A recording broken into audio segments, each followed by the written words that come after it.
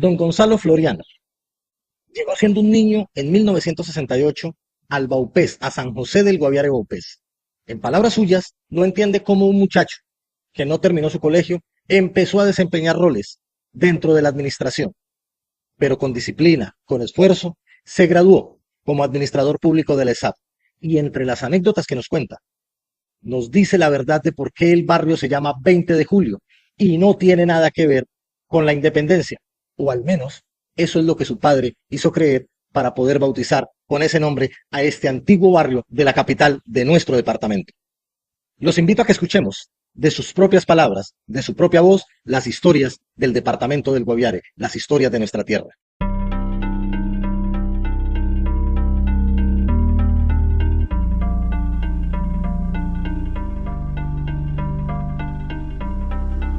Gracias, Andrés, por esta oportunidad que usted me ha podido dar para resaltar lo que ha sido mi vivencia. Soy Gonzalo Floriano Vargas.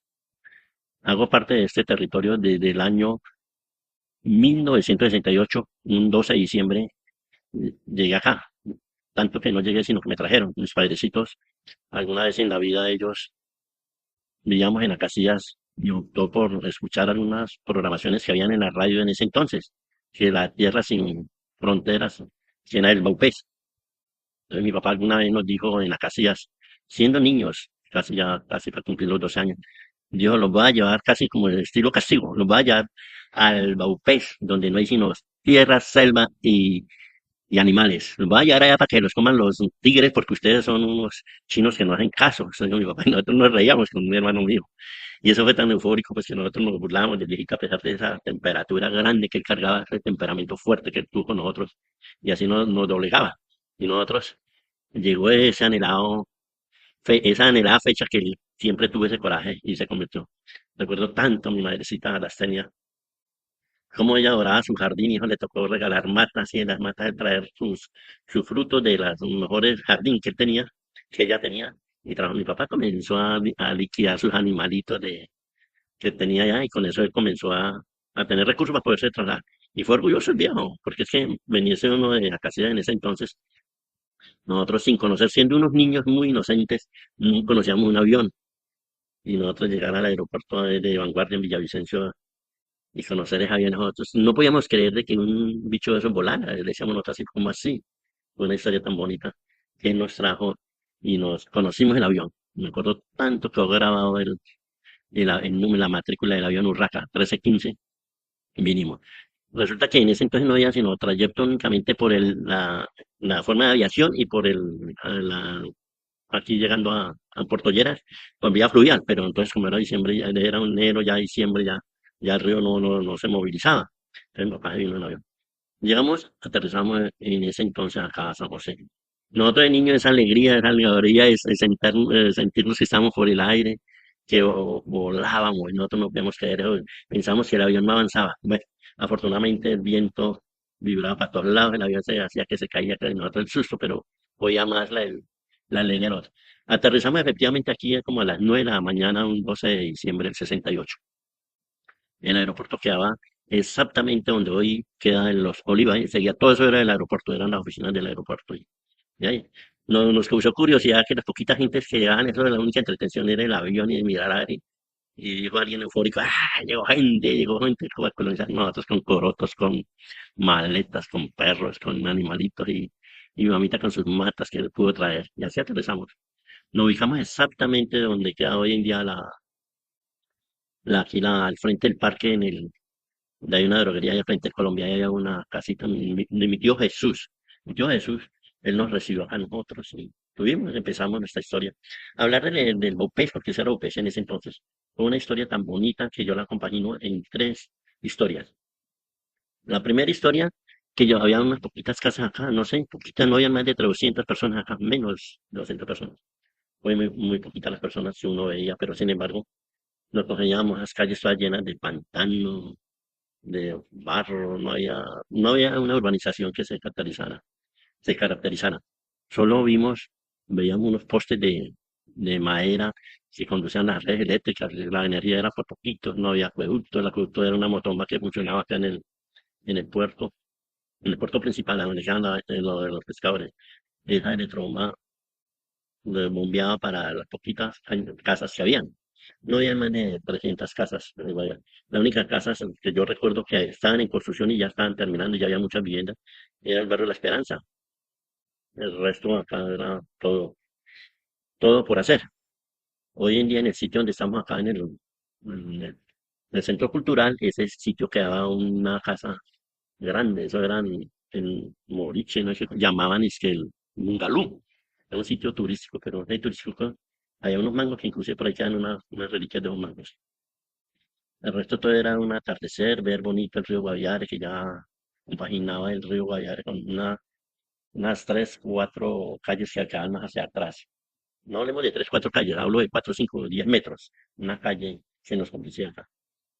La vida ha evolucionado tanto que eso fue en el año 68, 69. Tuve la primera oportunidad de estudiar acá en San José, donde hoy en día la hicimos quinto primaria, hice quinto primaria, encontré unos grandes amigos, compañeros de infancia, adolescencia, señor Demetrio Rey, que papá llamaba Diomedes Rey, uno de los colonizadores, un señor Roberto Becerra Vargas, gran compañero que tuvimos en esa primaria.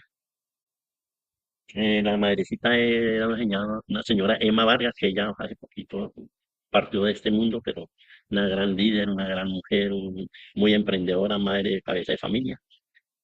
¿Cómo transcurrir eso? Aquí en San José, hablemos de San José Upés, unas poquitas familias que vivían acá, un señor a quien seguía, un señor Roque Pérez, que fue uno de los fundadores, colonizadores antiguos, viejos, que a la edad que yo tenía, pues para mí ya era un viejo muy demasiadamente viejo. Y él se hablaba, él mucho hablaba, o sea que el trayecto del Guaviare hacia el Bopeta ya fue un trayecto muy largo. Para otras personas que digan, al contrario, yo hablo del 12 de diciembre de 68, lo que yo vi. Ahí enseguida, en el señor, había un señor Camilo Silva, que era la primera persona que trabajaba en la carpintería, que trabajaba en la madera, carpintero acá, Camilo Silva, que era el suegro, un señor Antonio Braga, que la vida lo llevó mucho a muchos puestos públicos, tanto en el Bopés como en el Guaviare. Fue transcurriendo así. Terminé mi quinto primaria y en el año 1900, terminé quinto primaria en el 69 y en el año 1970, por cuestiones de recursos y todas las cosas, me fui a hacer mi primer año de bachillerato a Mitú. Mitú para mí, un niño de 13 años, se desprende de la mamá, fue tan duro, tan dramático eso, porque yo nunca me había separado de ellos, pero me tocó la vida hacerme fuerte en ese sentido y soy en el 70 en Mitú. En ese trayecto del 74, perdón, corrijo, en el año del 70 encontré, encontré una fase que escuchaba por las cartas que me mandaba mi padre, que aquí estaban creando el Colegio Santander. Él hablaba de Colegio Santander, ¿cómo así Colegio Santander? Sí, señor, trasladaron un señor, había un señor Luis Carlos Ríos Ortiz, que fue el fundador del Colegio Santander acá. Yo terminé perdón, mi primer año de bachillerato en y cuando llegué aquí al segundo, vine a hacer ya segundo bachillerato acá en San José y ya, claro, encontré un grande amigo, pero la colonización seguía avanzando. En un año que yo me fui acá, ya no conocía ya a la gente. Eso fue ¿cómo se llama? Un disparo demográfico de la gente, cómo se movilizaba la gente acá al Baupés. Ya antes de eso, pues yo conocía a un Melco García, gran ganadero, unas personas que siempre sirvieron mucho al Guaviare, un señor Mauro Restrepo, que algún día tuve la oportunidad de ser corregidor acá en San José. Las autoridades, digamos, civiles que había acá era un corregidor en ese entonces, corregidor protector de indígenas, así se llamaba el cargo. Un señor Alfonso Yusamir Rodríguez Belanda, qué tipo, un personaje tan simpático, tan agradable, que algún día yo tuve la oportunidad de compartir con él como experiencia de estudiante y la transición de la vida, digamos, de trabajador. El tipo llegó acá, tenía dos profesiones, era médico y abogado. Eso fue la autoridad que yo conocí acá. El resto, pues aquí se convertía en esos días que llegamos el 12 de diciembre de 68, estaban de duelo porque hacía mucho, hacía poquito habían muerto, habían sacrificado, habían matado a un corregidor que hubo acá, que llamaba el señor Angarita, que era el papá de un amigo mío, Fernando Angarita. Ese señor murió, pues, cosas del destino de la vida. Y ahí para allá conocí a un señor Plinio Bernal, que quedaba en toda la esquina de la policía. Conocí tanta gente que eran adultos para uno, un señor Diógenes Salina, que era fundador de allá del 20 de julio. Pasó eso. Nosotros seguimos como estudiantes. Tuve la oportunidad de acompañar a mi padre alguna vez en unas reuniones de acción comunal. Y mi padrecito era un tipo inquieto, y yo lo llamo en el argot folclórico que como muy abeja. Él cumplía años el 20 de julio. Y él le dieron su casita no, perdón, le dieron su lote para el 20 de julio. El 20 de julio mi papá fue el primer, don Diógenes fueron los primeros blancos que llegaron ahí. Y un proceso para ir a hacer su casita, su casa la hizo en una dimensión de apenas unos cuarticos forrados con un material de plástico que llamaban paroy. Así se construyó su casita, el techo, y vivimos tan humildemente en ese valle. Fue tan bonito porque mi papá fue muy emprendedor en lo que fue Nación Comunal. Entonces ya se creó que la Junta de Acción Comunal, los únicos habitantes que habían ahí eran los indígenas, que es que la colonización del Guaviare dependía mucho en el momento estoy hablando del 69, 70, que nosotros ya teníamos casita ahí en el 20 de julio, se transfiguraba o se transportaba en la época en unos colonos, los indígenas del Bopés, habían unos que eran trabajadores, eran otros perezosos, bueno, eso es una conmoción social impresionante. Y terminando lo del 20 de julio, mi papito, algún día él hubo el acueducto, porque empezaron a construir el acueducto acá lo construyeron dizque para 500 personas, para después para 2000, 3000. Y recuerdo tanto que papá, anécdotas de que nunca en la vida se deben olvidar eso, que mi papá nos tocó a nosotros con mis hermanos y un poco de amigos ahí del 20 de julio ya, hacer las cunetas para llevar la tubería desde aquí al centro de la calle, donde queda el centro comercial, el centro cultural, de llevar la tubería desde aquí hasta el 20 de julio. Y llegando ahí, la tubería alcanzó exactamente como dos casas antes de, dos casas, y nosotros nos quedamos sin agua. Eso fue una cosa folclórica en el ardor de nosotros. Y nosotros seguimos trayendo el agua del río porque nosotros consumimos agua del río. Y no tuvimos acueducto. Ese acueducto duró como que, duró para 3000 personas cuando se disparó. Y en Santiago eran unos tubitos pues, de media, de 2 pulgadas, de no alcanzó ni a 2 pulgadas, pulgada y media. Y eso se disparó, eso eran unos tubos de, bueno, esa fue la experiencia. Mi papá costeó todo, le llevaba esos tubos, el pobrecito mi papá. Y una angustia de nosotros que volvieron a la mano bomba porque ya había una mano bomba y saque, había, nos entreteníamos con los pozos. Y el nivel freático del 20 de julio siempre fue alto, entonces para uno poder sacar agua, pues, una historia muy bonita. Tuve una oportunidad de algún día, como todos los amigos de nosotros, recuerdo tanto a Roberto, que Roberto también de pronto suspendió sus estudios, porque Roberto tenía mucho que ayudarle a la familia de él, a su mamita que era una madre soltera, ¿no? No sé, entonces yo también una vez aquí ayudando a construir lo que fue el Colombia, porque yo tenía que empezar a generar ingresos. No tenía sino la obligación de uno era mi papá una carrera de chino, todo estudiando. Entonces me puse a trabajar ahí en la construcción, ahí no había más trabajo. Me dieron un despeguito y para atrás. Muy bien, de una Bonifacio, un señor, un gobernante que hubo una época que fue muy famoso, de apellido Narciso Matos Torres. El señor me vio y él tenía mucho condominio de, digamos, de gestión de humanidad. ¿Y usted qué hace aquí? Es un niño, ¿usted qué tiene? Usted tiene que estar estudiando. Y yo, no, yo aquí ganándome para los cuadernos para estudiar. Y usted no quiere trabajar en otra cosa. Y dije, claro, yo sí quiero trabajar a donde me mandó, a donde hoy en día es la plaza campesina. Había una oficina de la comisaría, llamada comisaría, el almacén. Había un amigo mío que yo lo quiso mucho, Alberto, lo quiero mucho, Alberto Marulanda. Él renunció de ahí, de ser mensajero ahí, y comenzaba fue cuando crearon la oficina de Telecom, donde hoy donde Movistar. Y él se fue allá porque era mejor, imagínense, empleado a nivel nacional. Esos empleados nacionales eran cosas para nosotros, pobres de aquí del Bautis, nosotros éramos insignificantes. Y llegó el hombre y llegó esa vacante ahí. Y yo me pegué en la carrera, hablo de carrera administrativa, carrera pública, porque ahí fue que me comencé yo a generar mis recursos. Recuerdo tanto que mi sueldo, primero un sueldo fue 1200 pesos. Pues yo aprendía, no sabía escribir a máquina, no sabía nada. Alguien me dio unas clasecitas, un cuñado de don Héctor Solano, el doctor Solano Toro, me enseñó que me dijo, pongan los dedos así, escriba así, y comencé a conseguir estos dedos, comencé a escribir, y aprendí a escribir a máquina rapiditico, empírico ahí, porque yo no tuve clases de nada, no fue las clases que él me dio, y que mueva los dedos. Bueno, tuve la oportunidad de aprender a escribir a máquina y fui muy habilidoso.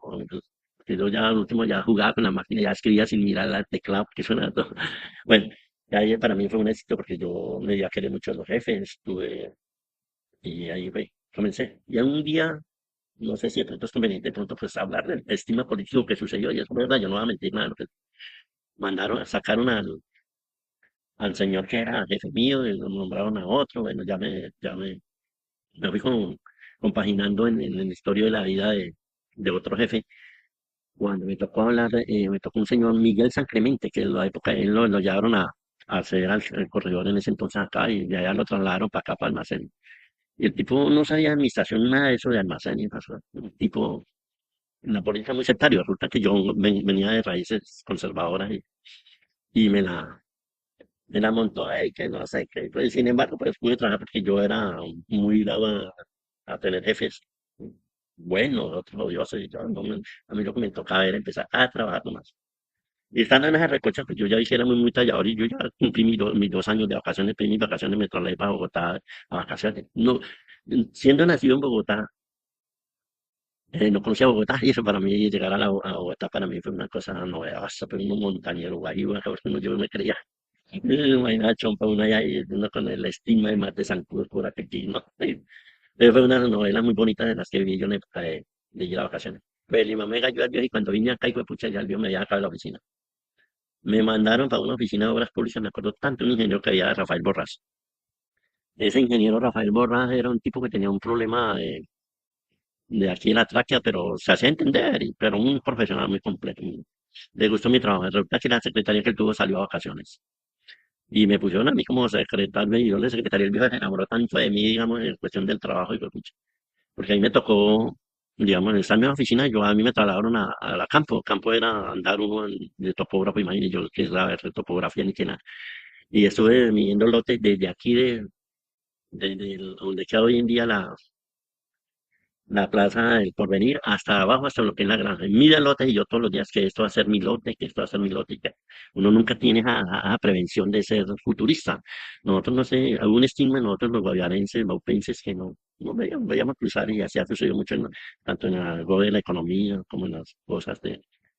Bueno, de todas formas, pues el señor, como el cuide, le secretaría, me salvé muchas soledades por allá, me picaron las avispas. Estando en esa vaina, un amigo mío, un hermano de Héctor Solano, llamado Manuel Solano, no estoy hablando de mí, me lee mucho, pero fue el 74 ya fue verdad. No estoy hablando de mi vida, del trabajo, mi vida pública. 75, 76 me trasladaron para Mitú. El Mitú para mí, me imaginé, por un ascenso casi como de 1.500 pesos, para mí eso era mucho sueldo más. Pero llegué a Mitú y resulta que me di con esa novatada tan berraca de uno tener uno vida. Gracias a mis padrecitos que me enviaban aquí parte de lo que era la verdura, porque en Mitú nosotros no aguantamos hambre, pero sí se sufría muchas cosas. Entonces, así como uno a un nivel comercial, digamos, uno gana, así mismo gasta ya, porque las cosas ya todo entraba por avión y siempre, este momento, esta altura, 2025, que toda mi entra todo en avión, entonces es costoso. Allá traje hasta el año 79, ya en el año 79 se rumoró que aquí ya lo que era Guaviare le comía todo el presupuesto al López. Y esos políticos bravos de la fecha creían de que el Guaviare le consumía todo el presupuesto. Entonces, un señor, eh, un señor Guillermo Pulido Medina y todas esas cosas, ellos previeron la creación de una comisaría. Eso fue la creación de la comisaría del Guaviare. Fue un proceso muy largo.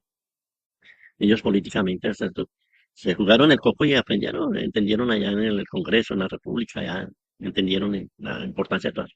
Y hubo las segregaciones de las comisarías en unas avenidas de Mitú acá. Pues yo pedí vacaciones, yo no era nadie viniendo del BOPE, me vino para acá y me cogió la serie. Recuerdo tanto la entrega del territorio acá. El primer comisario, un señor Álvaro Rojas Durán, le recibió el comisario que era el BOPE entonces, Eduardo de Cruz Vega Lozano, que yo había trabajado con él, trabajé con él en mi palabras textuales, le dijo a Álvaro, Álvaro, le entrego ese terruño del Guayare, hágalo usted administrativamente lo que pueda y saque adelante. Es una etapa muy bonita porque ya nosotros creamos la ambición de la comisaría del Guaviare. Y yo aquí tenía unos amigos, contactos que yo hice, tenía en Mitú, el señor Gustavo Pulido Orozco, yo trabajé con él en Mitú y el tipo me ayudó a engancharme acá. Yo renuncié a Mitú porque yo quería estar en mi tierra, en el Guaviare. Y nos quedamos con esa estima del Guaviare, o pues, pero luchamos mucho aquí. Ya. recuerdo tanto que era como una nota que había que decir que comisaría de Guaviare, y no, no, que comisaría, pues, lo poquitos que hay, lo primero, eso casi no nos quita eso. Y el Guaviare resultó así, yo logré, ya fue creado en el 79, es por decir, en abril, no, por decir, no, fue en abril. Y en marzo yo ya en marzo ya había terminado, yo renuncié y me vine acá, duré un mes y medio acá sin hacer nada. Y llegó Gustavo, me llamó, Gustavo Pulido, Gustavo Pulido Orozco me llamó y venga para acá, colaborar, y me dijo, sin estudios, sin nada, donde yo digo, ¿a qué hora yo pude haber hecho tantas cosas? Ya surgieron la vida administrativa de eso. Ocupar un puesto administrativo con mayor, imagínense, en mí tú me vine ganando casi 4.000 pesos y aquí llegarme a ganar 8.000 pesos, y eso era mucha plata, yo creo. Y ahí en día, nosotros de pronto los hombres o las personas no sabemos cómo manejar un impetu así como se gana, así mismo gasta. Pero convivimos bien, y ya afortunadamente en esos días ya pues ya tenía mi familia, ya cuando me organicé. Y eso me llevaba, porque es que se convertía mucho. Y no sé si de pronto meterme en cosas muy, muy privadas, muy íntimas, pero yo veo que en esos momentos sucedieron cosas muy graves en el Guaviare, hablo Guaviare López. Una lucha de la juventud contra la vida fácil, con el dinero, que porque esto, que porque esta, y que por Dios quiere este pueblo tan pequeñito, no sé qué era, se disparó esto era, después de ser un epicentro pequeño, se convirtió en una ciudad pues lo mal empacada, sin rumbo, sin nada, y la juventud, los humos, los chinos, los otros. Yo recuerdo tanto mis compañeros, amigos míos de estudio, que la mayoría de unos se dejaron influenciar mucho por cosas del dinero fácil, de la vida fácil, se comprometieron en muchas cosas, y de la mayoría que han ido bien, porque ya han viajado, el destino, la ambición, y yo pude seguir adelante, y algún día, hay una anécdota que yo iba a contar, porque punto de para la época de anécdotas, fue que yo tuve la valentía un día, de hacer mi carta de renuncia, porque yo se veía que había mucha gente con mi plata, que no sé qué, porque, y los amigos, los hermanos, la familia, venga para acá, haga esto, que usted pega y lo humillaban a uno. Que usted, ¿por qué ganando esto así? Camine, que la plata está fácil. ¿Vale?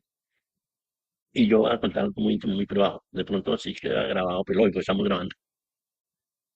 Había un señor que yo le admiro mucho y le tengo que agradecer mucho. Hoy en día todavía está vivo, don Antonio Braga. Él era mi jefe inmediato y lo desafió un viernes. Y nosotros los viernes hacíamos salir a tomar nuestras cervezas.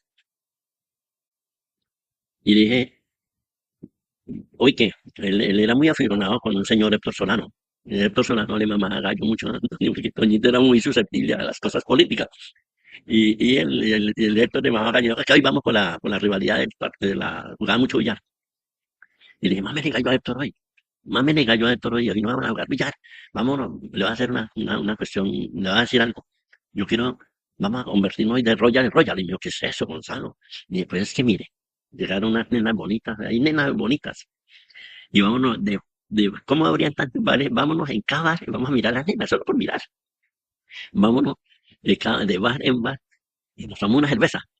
Le dimos la vuelta a lo que he visto a la plaza principal acá en el San José, y en cada 10 metros había un bar. Y mira, y nos vamos y cuando llegamos al sitio que íbamos escogido únicamente para mirar, porque nosotros éramos, también en medio de la caminilla, nosotros éramos pues, nerviosos, miedosos, viendo gente.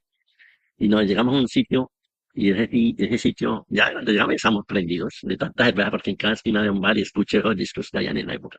Y nosotros solo, porque nos daba miedo porque había mucho borracho que hablaba y vociferaba. Y salimos de ahí y nos metimos a un negocio por allá, ya más íntimo, más privado, porque había nenas y las cosas de nosotros, las nenas.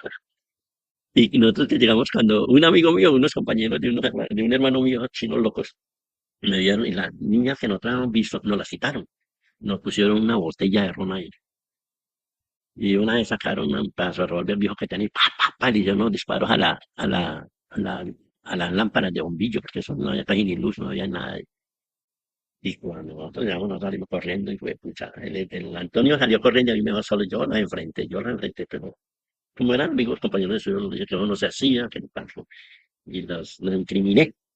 Y ese día lo más berraco era que yo había dejado la carta de renuncia para salirme ya de más. Y yo en medio de la tomada y todas las cosas, el susto, la rabia, como nos habían humillado, yo decía, Virgen Santísimo, Dios bendito, ilumíname, si esta vaina, si esa plata, si esas cosas da para uno convertirse así, yo no puedo seguir así, Señor. Yo no renuncio y no renuncio, yo no voy a renunciar. Y me llamó el corazón, me dio la intuición y mi Diosito, el Espíritu, tal vez me iluminó. Y el lunes a primera hora llegué. Y el Antonio todo asustado pensando que a mí me habían quebrado a ella, porque como yo me enfrenté a ella, Toñito me corre. Y yo rompí la carta y cuando, ay, que vaya, hasta el sol de los venados, hasta que un día tuve la oportunidad digamos, de acceder a mi pensión. Después vino la oportunidad de validar. Más adelante, pues ya estudiar administración pública, logré terminar administración pública. Y en ese transcurso, pues tuve la oportunidad un día de acceder a emplearme en el Banco Popular. Y el Banco Popular, pues para mí fue mi refugio de mucho trabajo, de mucho arduo, porque fue muy duro crear una oficina Banco Popular en San José de Guaviare. Que me siento orgulloso de haber pertenecido en el momento a la primera generación de empleados. Hágase el Banco Popular en San José, fui el primer empleado del Banco Popular. Trabajé de 1985 al 2000, 15 años. La banca es duro, pero el sacrificio de uno lo lleva a uno a converger en muchas cosas. En ese transcurso del Banco Popular, no sé, la economía del Guaviare ha flotado en tantas cosas que verdaderamente cuando uno llega a ser un empleado bancario, uno conoce quién tiene el dinero y cómo es que tiene el dinero y cómo se maneja. El dinero no es tampoco tan fácil, digamos, si usted lo consigue hoy, pero mañana no lo tiene y si tiene porque tiene que recurrir a otras cosas. Entonces la economía del Guaviare fluctúa, en el Banco Popular yo me di cuenta cómo fluctuaba la economía, la gente trabajadora, emprendedora, pero creo que hubo un boom de bonanza impresionante. Para nadie es un secreto ya, como Guaviare, todavía ah, albergábamos que éramos comisaría. Ya más adelante hubo el receso de la constitución política que nos erigieron ya como departamento. Pero en el lapso de tiempo de lo que es empleado bancario, me tocó atravesar muchas cosas de lo que es manejar el dinero. El dinero se transportaba acá fácil, directamente, una cantidad de cosas, anécdotas en el banco. Que lo cierto es que muchas veces la gente llegaba a pedirle al banco que le guardaran mucha plata, pero no abrían cuentas y esa gente desaparecía, porque tal vez los asesinaban, desaparecían. No, ese sí fue un mito. El mito porque el Banco Popular nunca abrió cuentas sin efectivo, sin nada. No, fue así. ¿No? Digamos, cuando comenzó y se disparó lo que fue metámonos en un terreno muy delicado, el narcotráfico. Cuando se disparó el narcotráfico, ese narcotráfico trajo clientes, gente muy bondadosa. Esa fue el boom a nivel nacional, porque había oficinas que daban más que réditos que otros. Rentabilidad, se llamaba rentabilidad. Y la oficina de San José del Guaviare era una oficina que se interponía por encima de las cualquiera del llano, de esas oficinas del sur de Bogotá y todas las cosas. Porque era un epicentro donde giraban y giraban y giraban dinero. Ahí este siniestra. Había unas cuentas, había personas que prestaban, usted prestaba la cuenta, es lo que entiendo yo. Y usted manejaba plata y pero usted era el que la manejaba, no era propiamente. Porque le darían por ahí cualquier cosa, pero la gente lo hacía inocentemente porque no sabían los efectos que sucedían. Ya cuando la DIAN y todo el mundo comenzó a ponerle pila a eso, entonces ya de cuenta, entonces, pila, no hagan eso, miren, no presten las cuentas. Prestan las cuentas, pero no, que ahora no. De pronto en algún otro banco, no sé, pero en el Popular nunca existió eso. Era muy controlado porque el Banco Popular tiene una cantidad ¿cómo se llama? Niveles de control. Lo controló mucho. Sí, supe presiones en otros no, pero de pronto era que la sacaban y trabajaban esa plata, ese era el cuento. La sacaban y la trabajaban y cuando la volteaban por ahí. No pasa nada si les sucedió eso, compañeros, amigos, pues, por respeto a la familia no nombro eso, pero sí sucedió eso. Pero no, eso no, yo me acuerdo tanto que eso va perdiendo como el prestigio de la misma institución. Y algún día el Popular existió eso porque hubo compañeros que se prestaban mucho para. Pues es que era tan difícil, hermano. Ustedes le giran, es que, vaya, pero todavía ellos mismos se convertían en monitores de administrarle la plata a ellos, darle la plata, sacársela, sacar de la oficina. Yo recuerdo tanto que muchas veces hubo, com- aquí existía una oficina que llamaba la SIGIN. Ellos nos estuvieron vigilando más, casi como 3 semanas, vigilando como el movimiento de la plata ya para mirar. Pero la plata la era por otro lado. Eso movía, y no había compañeros que prestaban para eso, pero no era todo nervio porque yo veía las circulares, ya cuando el gobierno mira, comenzaron a sacar las circulares que prohibido, que mire, que no, pero que va a divulgar uno eso, uno cómo va a poner a. Pero me estoy contando algo que de pronto fue discreto y que uno también de pronto, o sea, uno vive por eso, que no le meten cosas de que no, de no lo llamen, uno no va. Pero eso ha sido la provincia de saber vivir, de haber vivido en estos pueblos y haber dado cargos impresionantes, maravillosos. Pues es que la economía del Guaviare ha transfigurado en tantas cosas, porque volviendo a la época de la infancia, cuando yo llegué, se vivía una época que llamaba la atención, que ya muchos han sabido, ¿no? Que era la época que eran los tigrillos, la tigrillada. Había unas personas muy especiales acá en el Guayare que dedicaban eso, la bonanza de las pieles. Entonces uno vuelve y recapitula eso. Recuerdo que había unos amigos míos, o amigos ya después, porque ya eran adultos para uno, unos señores Arciniega, los hermanos Arciniega, ellos tenían una lancha y ellos eran los transportadores por el río, todas las cosas. Me acuerdo ellos tenían un almacén aquí enseguida, ahí donde hoy en día es el Veracruz, ellos eran los proveedores de muchas comidas, muchas cosas. Ellos eran unas personas muy prestantes en la región en la época. Don Hugo, don Julio, don Carlos y todo. Ellos, ellos siempre fueron muy baluartes en la economía del Guayare. No sé por qué ellos, si tenían el don, el chip de economía, ellos no siguieron con eso. Se dedicaron mucho a la política y, entonces, en ese transcurso de la vida pasó eso, de la economía. Salen de la economía de las pieles, se entra en una transición que fue una bonanza muy diáfana, pero muy rápida, y era cuando comenzó a, a dispararse la economía de una sembrada de arroz y todo, ay, no, porque esto tuvo ocasión de arrocero y todo. Había un instrumento de economía se llamaba EDM, Instituto de Mercado Agropecuario, que para nadie es un secreto que yo fui un pastor de arroz.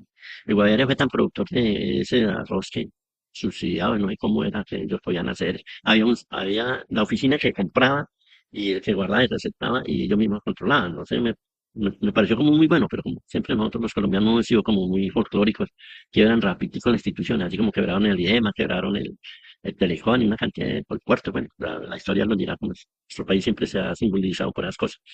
Pero ese IEMA prestó mucho buen servicio. Hoy en día está adscrito a la oficina de la Secretaría de Educación de, la- de donde sean los centros de convenios, un centro que ha cambiado mucho.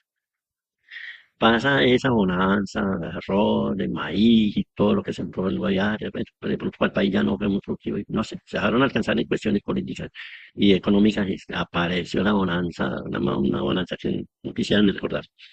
Pasó una bonanza que llamaba la marihuana. Esa bonanza fue muy fructífera para muchos que empezaron a hacer sus carreras. Recuerdo tanto que hubo personas fueron comandantes de policía acá que ellos ingresaron a esas líneas fueron los mejores sembradores de eso. Existía, existía el gas también unos grandes empleados hubo ahí también comenzaron a trabajar con eso. De pronto le dio, no sé quién, apareció con una semilla que llamaban disque coca, sembraron la coca y se disparó el guayare en coca con berrar, guayare o pez, porque eso no me puesto todavía. Y eso trajo muchos problemas sociales, muchas vivencias políticas, administrativas, pues que a nivel nacional para nadie es secreto que siempre se ha movido eso. Pero ahí está el país luchando con eso. Estamos viendo los frutos que pasan en estos momentos de todas las cosas. Hasta que no erradiquen eso de la conciencia humana, porque es que hay gente que quiere tener más que otro y eso, y siempre nos ha gustado la vida muy fácil a muchas personas. Pues, para nadie es un secreto, eso desactivaron una cantidad de normas no, una cantidad de parámetros de vida que no sé, culturalmente a nivel nacional uno dice, el Estado da tanto, pero usted no aprovecha, el Estado da para que usted estudie, para que usted trabaje. Y usted tiene un padre bueno, un padre bondadoso, un padre trabajador, pero como usted quiere no hacerle caso, usted quiere vivir en la calle, usted quiere vivir todo eso. Y en la calle consigue muchas. Entonces, cuando uno es mal hijo, digamos, que todo quiere fácil, fácil, pues llega cualquiera y le ofrece, claro, hubo mucha juventud, se perdió. Hay mucha gente que perdió eso. Hubo gente, por ejemplo, existieron los grupos de los paras, o un grupo de guerrilla y toda esa vaina que han existido y existen. Entonces, cuando usted ve que la vida fácil, usted yo no acuerdo, hubo mucha juventud que se perdió. Juventud y viejas, que también que uno piensa de llegar a una vieja y no se quedaron con nada, vaina, gozar el momento, pero no se proyectaron en el futuro. Y eso es lo que le ha sucedido a nuestra sociedad guayanesa. Y de pronto, no sé, aquí un poquito de estigma, esa vaina que a mí me sirvió mucho la escuela en el primer año de bachillerato que yo estuve en Mitu y en los primeros años de trabajo en Mitu, porque es que ahí yo veía mucho paternalismo, a nosotros nos quedamos con esa zozobra, que es que el Estado nos pone todo, nos tiene que dar es todo, y uno va visionando así, y no visiona, entonces, Cuando hay la oportunidad de usted crear su empresa, generar su empleo, siempre no tiene por qué estar mendigándole al Estado, y eso le ha pasado mucho. Entonces, con eso uno exige al Estado que ponga y yo pago, y, no. Pero no se mire que no hay una cultura muy generacional en eso a nivel nacional, a nivel, y nosotros hasta en la clase, hasta en la casta política, nosotros la heredamos de Meta, la heredamos, ¿no se ven?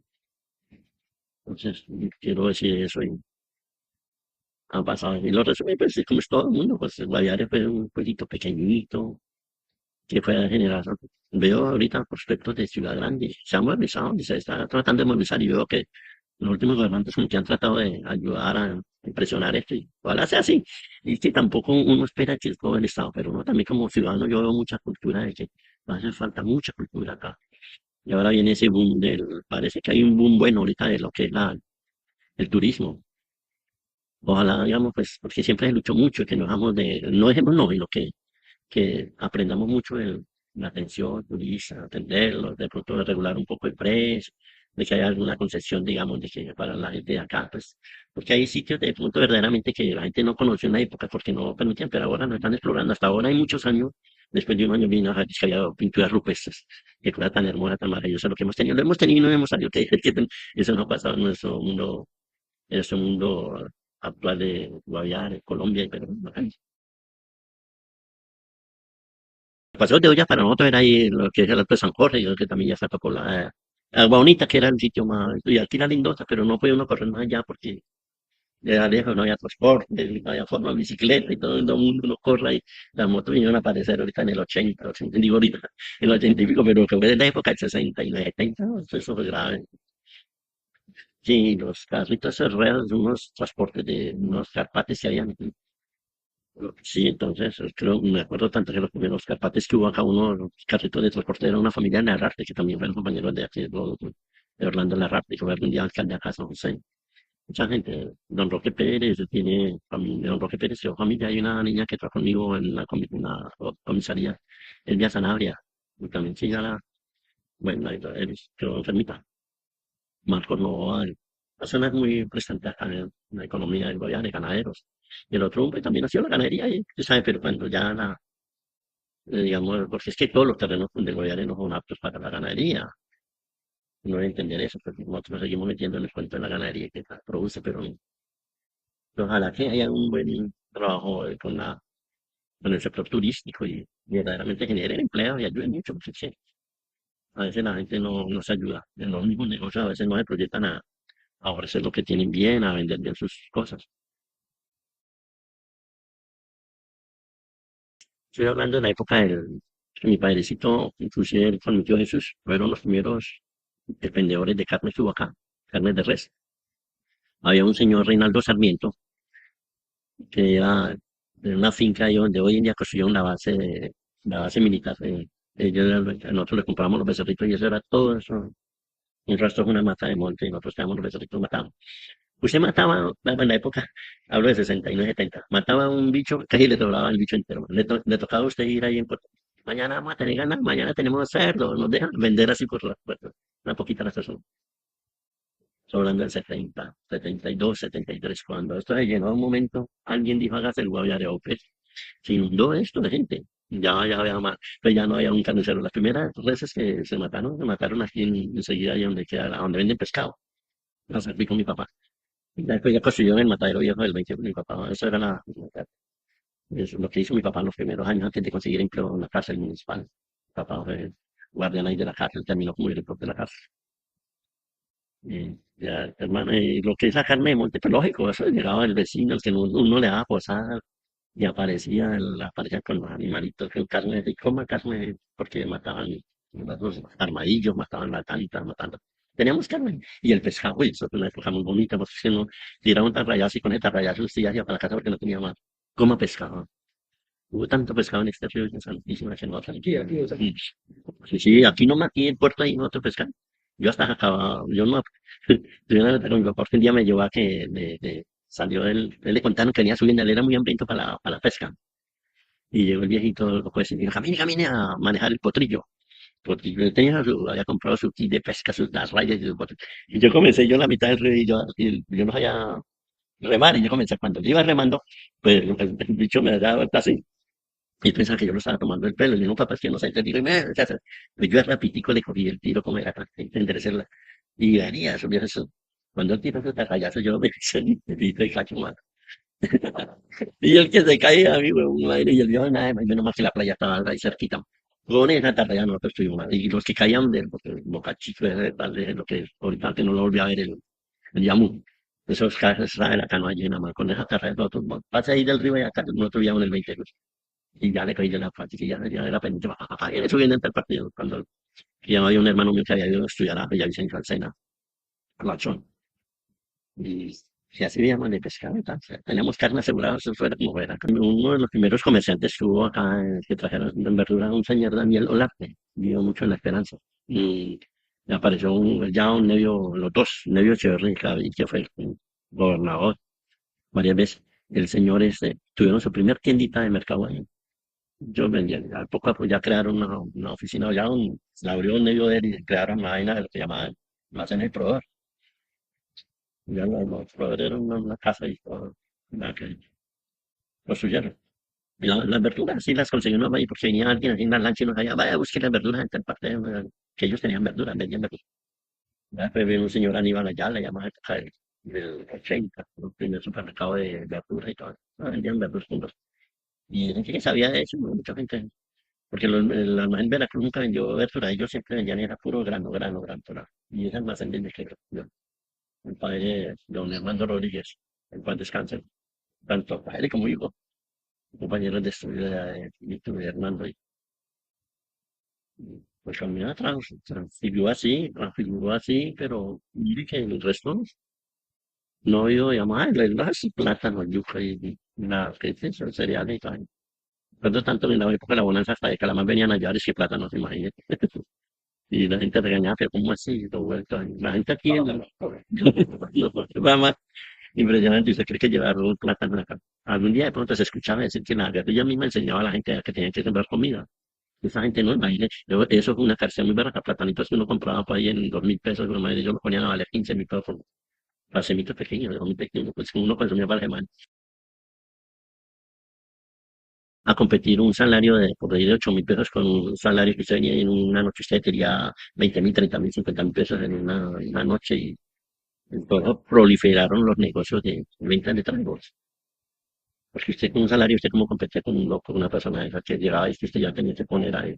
Entonces la gente, ahí hay acá mucha informalidad, pues como siempre había informalidad, pero había algo que no cuadraba, era que los negocios no les ponían cuidado, sino solo vender y no se proyectaban a mejorar, una mejor presentación, y a cobrar así excesivamente, pero como nadie controlaba porque había plata entre usted, y usted hace su platica porque si no la casaba, usted llegaba y ponía más. No había no había algo que regulara eso. Pues, imagino que ahí es donde está no, pues le manda para ahí mucho dinero, pero usted no lo tiene. Eh, Usted tiene que meterse allá para eso, para que usted gane, pues. Pero ¿a qué precio? Porque no era de todos los años, no era de toda la vida. La gente de pronto no se proyectó a un futuro. Usted puede haber estabilizado negocios acá, en todas partes, pero haberlos sostenido bien. Pero es que fluctuaba la economía. Usted hoy en día, hoy aparecía vendiendo ollas, mañana de pronto aparecía vendiendo por allá escobas, un ejemplo, así, jabones, tal. Eso es verdad, como la inflación fue haciendo daño. No, ya, y me voy a neopet, pero ay, la gente sigue viviendo. Para mí, porque tuve la oportunidad de ver las consignaciones de ellos, Pinto y Selva, a un señor Aníbal Torres, Motoselva, que no existen. Casa Marina, un tipo muy organizado, un Gustavo Rodríguez, el Guayare tiene mucho que agradecer de él por su generosidad, por su amabilidad, por sus cosas. Casa Marina, Gustavo Rodríguez. Una emisora que dejó hablar, que nos entretuvo mucho, mucho, mucho, mucho, mucho, la voz del Guayare. Muy queridísimo, Luis Fernando Román, ¿no? Pues, que fue uno de los fundadores, un tal José Miguel Rincón. Hay un muchacho que trabajó mucho con ellos, está enfermito, quedó parapléjico bien enseguida de la escuela del colegio adventista, Aníbal. No sé si lo conoces. Era periodista así con lo de Marandúa, que apareció creo que en la época del 80, del 90, y se ha sostenido en el 94. Gabrielito, que yo estudié con Gabriel y el papá, don Julio Gabriel, también hay un mérito, don Julio Gabriel Alvarado, el viejo, no Gabriel, sino el viejo. Tuve la oportunidad de conocerlo a él. Pájaros, uno regañaba a uno. Él también era transportador, ¿no era? El transportador sí tenía unas lanchas y tal. Que un negocio, ay, Pierrot que se ha sostenido, pero sí apareció una bonanza del 80 y tal, ay, ya, ya fueron los dos viejitos y también quiero hacer una remembranza en cómo fue la construcción del Guaviare. La construcción, hablo del gremio de maestros. Con mi mérito, a mí a un señor Juvenal Apera, que hace poquito se fue. Ellos vinieron del BOPES porque venían del BOPES, los contrataron para hacer la construcción del edificio del BOPES, de mi club, que no está conmigo, una construcción muy bonita. Llegaron allá y se trasladaron para acá, creo que ellos, porque aquí hubo una oficina, pues no tan bonita, fue la construcción del corregimiento, el corregimiento, antes de demoler eso, donde hoy en día la alcaldía, digo la alcaldía, no, el Guaviare.